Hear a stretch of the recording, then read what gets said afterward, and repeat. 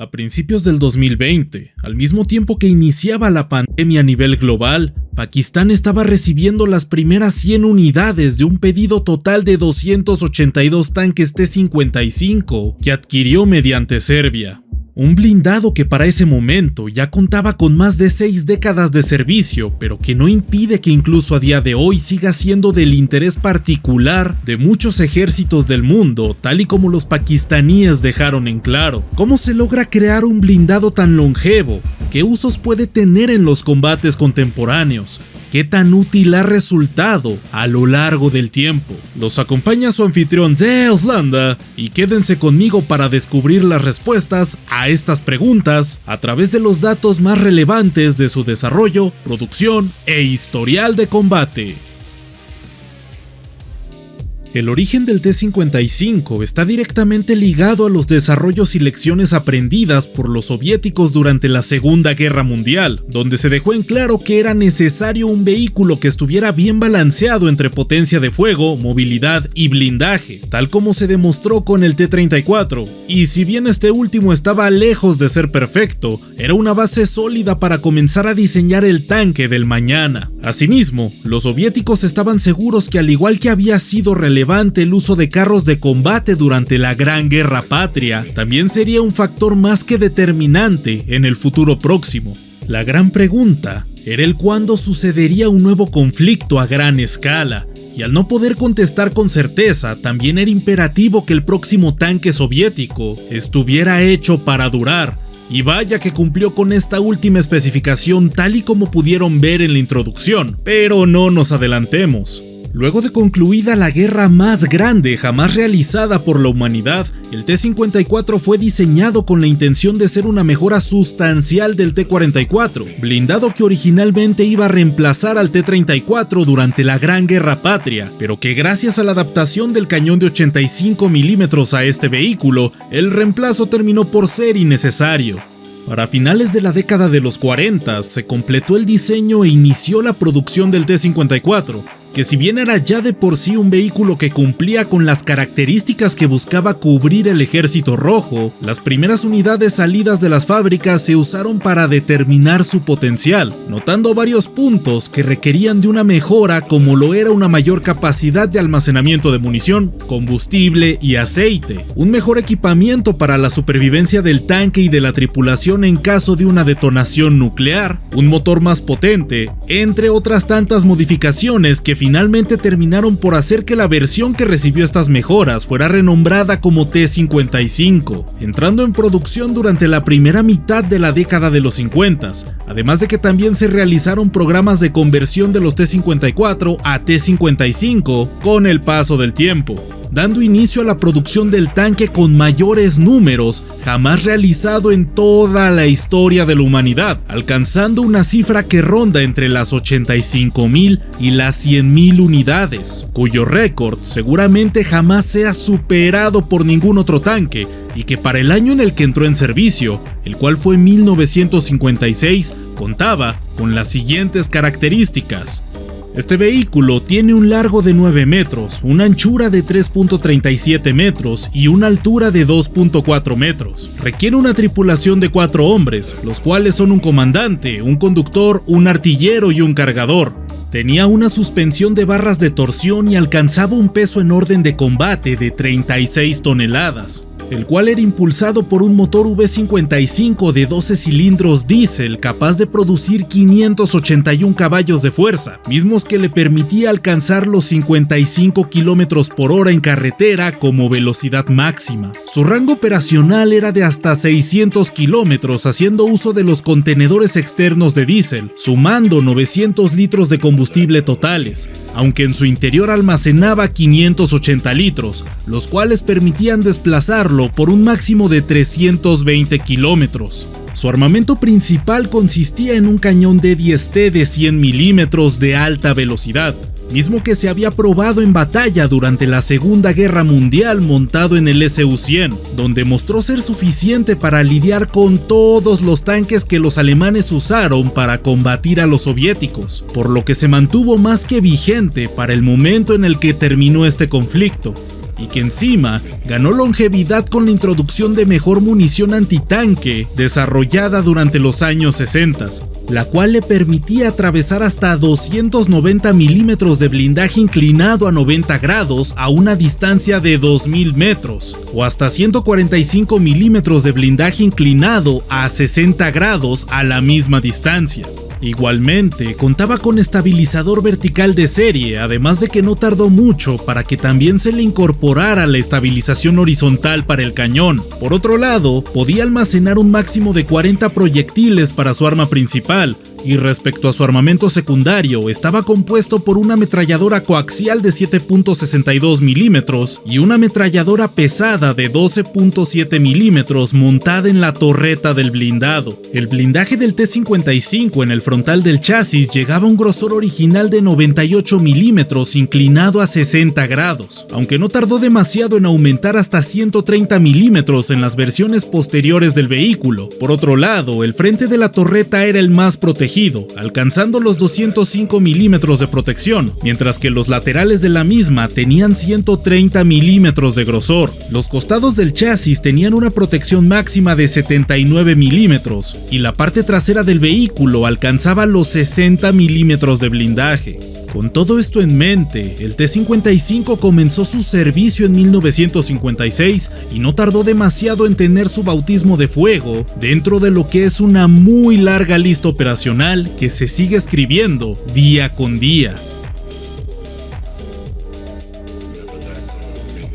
Durante la fallida Revolución de Hungría de 1956, se decidió usar por primera vez los nuevos y flamantes T-55 en Budapest, con tal de apagar las revueltas anticomunistas lo más rápido posible. Debutando en combate con el pie izquierdo, sufriendo cuantiosas bajas si tomamos en cuenta que los nuevos tanques soviéticos se enfrentaron a civiles pobremente armados, aunque su fracaso no fue por culpa del vehículo en sí, sino por el hecho de que la guerra urbana jamás es el escenario ideal para usar un tanque, y mucho menos de la apresurada forma en que el Ejército Rojo los desplegó en aquella batalla. Aunque desde luego, las bajas fueron notorias e incluso se logró capturar un T-55 que fue llevado a la Embajada Británica de Hungría en Budapest, el cual fue analizado y ayudó a determinar que no solamente el armamento británico, sino que muy buena parte del occidental tendría problemas a la hora de enfrentarse al nuevo tanque rojo,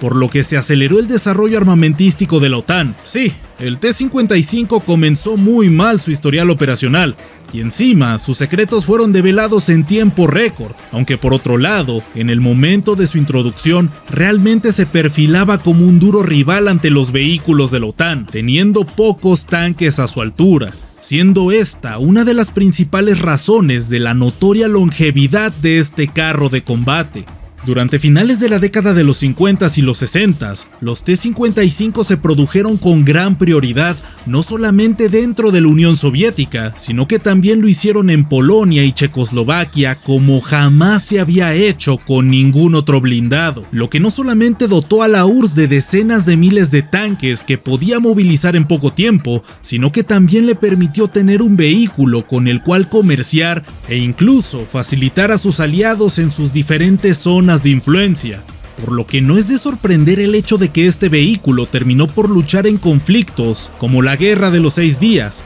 donde se destruyeron un número similar de tanques israelíes y de los pertenecientes a la coalición árabe. Por otro lado, tuvieron un papel más destacable en la Guerra Civil de Jordania de 1970, donde los T-55 sirios realizaron grandes bajas en contra de los centuriones jordanos, llegando a destruir 19 de los mismos en una sola jornada. Para febrero de 1971, los combates de tanques comenzaron a tener lugar en la Guerra de Vietnam, y los T-55 lucharon en contra de diversos tanques estadounidenses, teniendo resultados variados, enfrentándose con soltura contra tanques ligeros como los M41 Walker Bulldog y transportes de blindados de personal M113. tal como demostraron en Dakto Tan Can en abril de 1972, donde los T-55 del Viet Cong destruyeron varios blindados estadounidenses de los tipos previamente mencionados, así como capturaron otros tantos.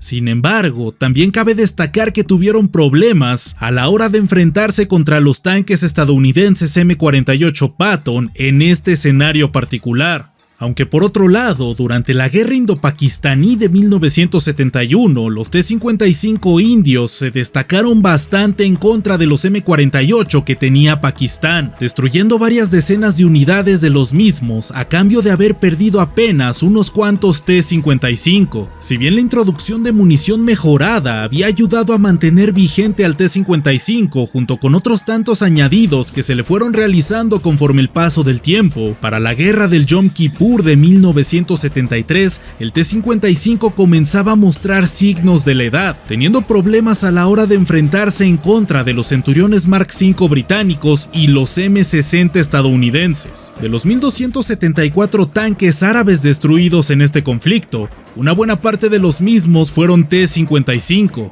La década de los 80s en adelante ha sido el gran ocaso del T-55, habiendo algunos conflictos en los que se ha destacado, tal y como fue en la guerra entre Irán e Irak, de 1980 a 1988, donde en el segundo año del conflicto los T-55 iraquíes lograron destruir más de 200 tanques iraníes, de entre los que se encontraban Chieftains británicos y M60s estadounidenses. Por otro lado, durante la invasión soviética de Afganistán, se demostró que este tanque estaba quedándose corto para cumplir los deberes que se le estaban encomendando, por lo que comenzó a ser retirado del frente en favor de introducir más T-62 y T-64s. Posteriormente, los T-55 fueron usados tanto en la Guerra del Golfo como en la invasión estadounidense de Irak, con resultados más que catastróficos a la hora de intentar usarlos para combatir a blindados como los Abrams y Challengers. En líneas generales, está claro que hoy por hoy los T-55 carecen de la capacidad de enfrentarse contra otros tanques, lógicamente por su edad,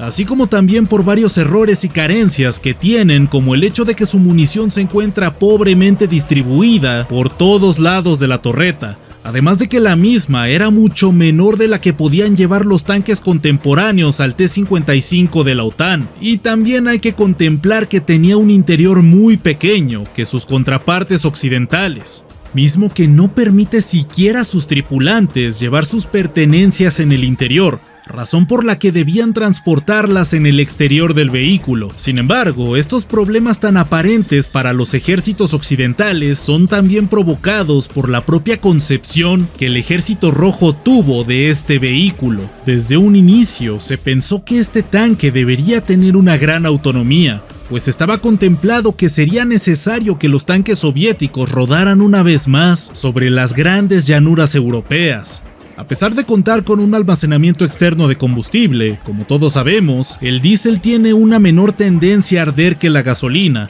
así como si su almacenamiento exterior de combustible era impactado, podía continuar usando el interior sin ningún tipo de problemas. Por otro lado, es verdad que cargaba con menos munición que los tanques de la OTAN, pero este blindado se concebió para disponer del mismo en números no solamente grandes, sino masivos al mismo tiempo, explicando también la falta de comodidades para la tripulación en favor de una producción más sencilla y rápida de realizar, lo que explica que incluso para 1980, el T-55 seguía siendo una parte indispensable de la movilización del Ejército Rojo y el Pacto de Varsovia, quienes para esas fechas y en conjunto tenían la capacidad de movilizar hasta 50,000 tanques en un solo día, de los cuales muy buena parte eran T-55.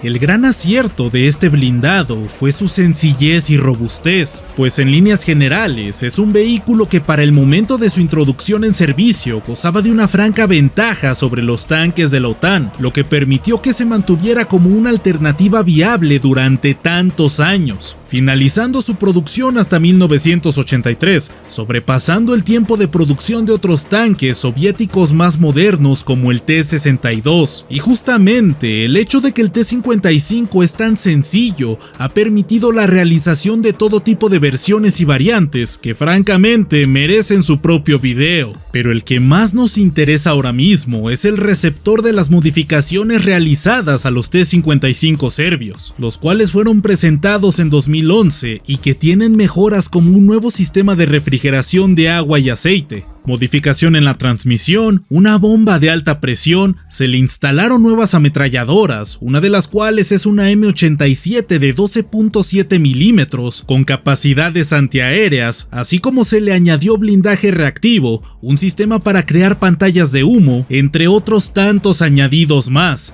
lo que rejuvenece ligeramente este vehículo y que lo vuelve interesante para varias tareas que veremos a continuación. La razón por la que Pakistán compró más de 280 T-55H, modelo con el que se conoce a los T-55 modificados serbios, es debido a que se necesita un blindado para aumentar su vigilancia sobre Afganistán e Irán, países con los que hoy por hoy sostiene tensiones militares, pero que no representan una gran amenaza de por sí. Sin embargo, la siguiente pregunta que podemos hacernos es, ¿qué no hay otros blindados que lo hagan mejor?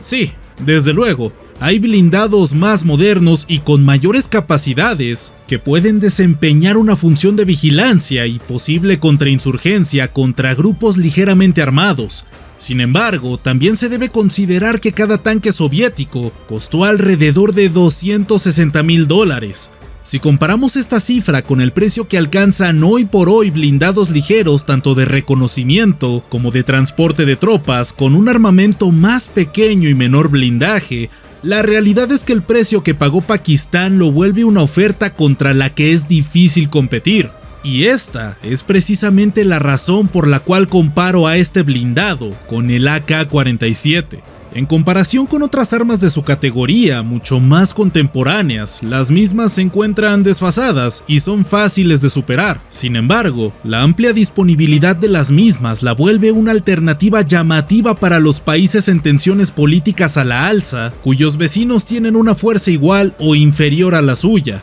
Después de todo, un T-55 no deja de ser un tanque. Sí, un obsoleto que sin importar la cantidad de añadidos que tenga, no deja de ser un diseño creado a principios de la década de los 50, pero que tras 68 años de servicio ininterrumpido y a punto de superar en vida activa a la propia Unión Soviética, llama bastante la atención el hecho de cómo logró cumplir ese gran objetivo que tenía el Ejército Rojo en 1956, crear un tanque que estuviera siempre disponible y en grandes números para el próximo conflicto. A fecha de lanzamiento de este video, el T-55 continúa luchando, esta vez bajo la bandera rusa gracias a la enorme cantidad de los mismos que aún se disponen en los almacenes, pero no como un tanque de primera línea, sino como un mero soporte de infantería o incluso como una pieza de artillería móvil. Y si bien es cuestionable pensar que una supuesta potencia militar sigue empleando un blindado tan viejo y francamente obsoleto, ya llevando varias unidades de los mismos destruidas, no deja de sorprender que a día de hoy se le sigan encontrando usos a un tanque que francamente ya pertenece a los museos, pero que independientemente del país en el que esté, simplemente se rehúsa a dejar el servicio activo.